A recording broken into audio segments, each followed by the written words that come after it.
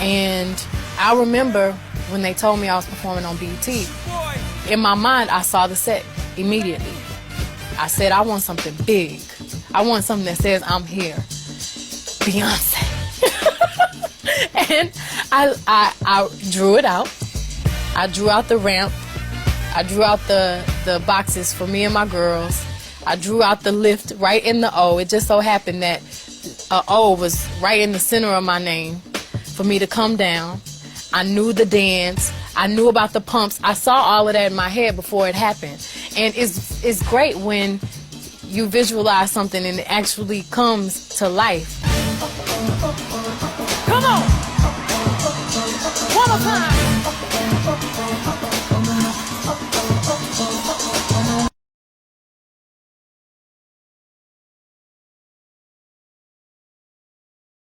Nas X, what'd you do for New Year's Eve? For New Year's Eve, what I did, I went to like 3 parties, and I'm joking. I sat in the house. And I just planned out what I was going to do for this year. And yeah, that's what I did. You mapped out the vision of the year. I like it. Yeah, pretty much. I mapped out, okay, this is what I want to do in this month, and this is what I want to do in that month, and this is what I want to drop this and that, and boom and bam. So I would feel it the appropriate place to tell us about your entire year right here, right now. Exciting. Are you a vision boarder? Are you someone that writes down your goals and tries to manifest them after writing down? Yeah, I write them down, but I don't try to manifest them. I manifest them. You can't try. Well done. Yeah. So I'm just counting my blessings, and I'm just like, I guess, because everybody was just going crazy. I was dreaming that last year around this time, I would make a huge footprint in music, and I would get up there as quick as I could, and I wouldn't have to wait as long as other people would. That's honestly was my goal. Start with the easiest, which also happens to be the hardest, which is a mindset. Now, I have never made a vision board while being in a bad mood. So if you're feeling discouraged or negative or upset, I don't suggest making a vision board right now. You need to have that mindset, where you believe anything is possible. It's the type of mindset you have after you finish watching a Marvel movie or Harry Potter. When you have that moment where you're like, could I also be a wizard? That magical mindset, that's what you need. What's gonna happen is you're gonna cut out a bunch of images. You're gonna paste them onto a board. Every single image you put on this board is going to come true in your life. If you believe that sentence, you have the right mindset. If you don't, pause this video, go watch Harry Potter, and come back when you feel like a wizard. Truly do believe I have the ability to manifest, AKA come up with goals, visualize them, work towards them, and then ultimately accomplish them. And I gotta say, I have a pretty high success rate. My first vision board had things like Twitter verification, hitting 1 million YouTube subscribers, or moving to LA. Since then, my vision boards have evolved to having things like working with The Rock, hitting the Forbes list, going on a world tour, and being on some of the biggest talk shows. Sometimes my accomplishments even surpass what my visions were. Now, to test my ability to manifest, one year I even put what I consider the hardest thing on a vision board, the thing that's impossible to accomplish. I put the Queen Beyonce on my vision board, and I kid you not, a few months later,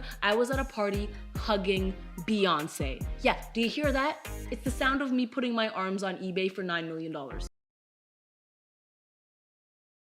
Started reading The Secret about the law of attraction, and I looked into that and I had an understanding of that, and I'm a visual learner, so therefore I visualize things, and I just kind of learned that with the correct level of positivity and the right amount of consistency in the belief process, these things kind of drop into place. And I just done it with small things at first, even getting my driving license. You have to understand that I didn't do my GCSEs. I drew my next house, and when I did move into the house, it was similar in structure. The windows were in the same place. There was a tire swing. I used to park my car where I drew the car on. So when little things like that started to happen, I thought, right, I can do this. So I started repeating it. I started doing it with bigger things. The Lamborghini, what I just got, I've been taking screenshots of Lamborghinis. Crazy. Devastated. It's the one thing I want to do. So I started manifesting when I found out about this power of manifestation. The what's it called? The Secret? Yeah, The Secret. And so I would look in the mirror and I'd say my goals 10 times in the morning, 10 times at night. And in high school, my goal was, unknowingly, I would say, I will be more successful than anyone I know. I didn't know what it meant. I didn't know how I was going to get there. And then it fucking ended up happening because of God knows what weird chain of events. And then throughout history, the mantra has changed. When I came to LA, it was, I will be the biggest entertainer in the world. But the first KSI fight, 10 times in the morning, 10 times at night. I will beat KSI. I will beat KSI. I will beat KSI. First fight happens, draw. It worked. Draw. Didn't lose. Oh, I'm going to be on Impulsive one day. None of those people have been on Impulsive. Harry Jowsey was the closest. But it's because he manifested it, you know what I'm saying? Bro, writing it down is like what you need to do. No, I think what I do, I have videos on my phone, like literally videos of me talking to myself from 2019 saying I'm going to make it and shit. Yeah, good. Did you ever do that type of Of course, stuff? bro, of course. I do it, bro, I even noticed it for this fight a little bit. I'd have manifest shit. Yeah, bro, like, I mean, I've always manifested shit my whole life, but for this fight, it's like when you speak your thoughts and your desires into existence, like your aura changes, like straight up your aura changes. Like I'd have a mediocre spar one day, you know, we're used to doing great, and one day we'd have like a mediocre spar, got tapped a little more than I'd like. I'd be in the shower, and then I'd just be like, nah, I'm the greatest. Like, I'm going to be Floyd Mayweather. That's what I say. Like, you're the greatest. And you literally, like, my posture is straightened up. Like, my chest puffed out. Like, I can feel just by speaking it. I was like, yeah, no, fuck it. I got mediocre spar, whatever, out of the next. Like, I'm still the best. That's What did my sister tell you? Preparing for the future. You want to watch? Okay. You know what? Frida loves standing in front of the mirror and you know, pretending she was receiving the Oscar and asking herself questions and answering them. It's funny because one day she was doing that and she was standing in front of the mirror and I happened to walk in and Frida was really embarrassed and, you know, she was like, why did you come in? And I'm like, you know, I was just laughing. It was funny. But she's practiced her Oscar speeches and she's received awards and, you know, given her thank you speeches all in front of the mirror, even before all of this happened. So embarrassing. That is the power of dreams. And I want you to remember, everything you imagine is possible. It's out there. All you have to do is go and get it. She imagined it. Visualizations, and I still do it sometimes, and for different reasons. Go up to Mulholland Drive and look out over the city and visualize. And, I used to open my arms. I used to sit up there, you know, and open my arms and imagine a giant funnel of gifts would come right into from the universe. Yeah. Honest to God, you could, you know, cut to me there. I'm like this, and if nothing else, it made me feel more positive about where I was. I drove down from Mulholland Drive every night, you know, that I went up there, feeling that I was one of the biggest actors in Hollywood. I was doing wonderful work that made people happy. I was, you know, I owned all that. That was it. You know, I guess, you know, what I own when you think about it is my faith. I've seen mountains move in my life, so and I've had just endless gifts. They've all been things that I have at some point sat and made myself. So I started visualizing at like 13, 14, just so everything around me was taken care of when I got to a meet, so I could be completely relaxed. So when I put my headphones on, all I'm thinking about is the music. I get to go up and just do what I practice to do. So I just never really thought when I got behind the block and let everything do what was supposed to happen. If I didn't get the results that I wanted, then I would just go back to the drawing board. And that's really just how I worked my whole life. But I mean, visualizing just, it just mentally prepares you and you can kind of check that box off. And I think that's what we wanted to do. Because if we did that, then what else do we have to worry about? everything else is just going to happen naturally like it should. I mean, the biggest thing I think that really separated me through my career was my mental.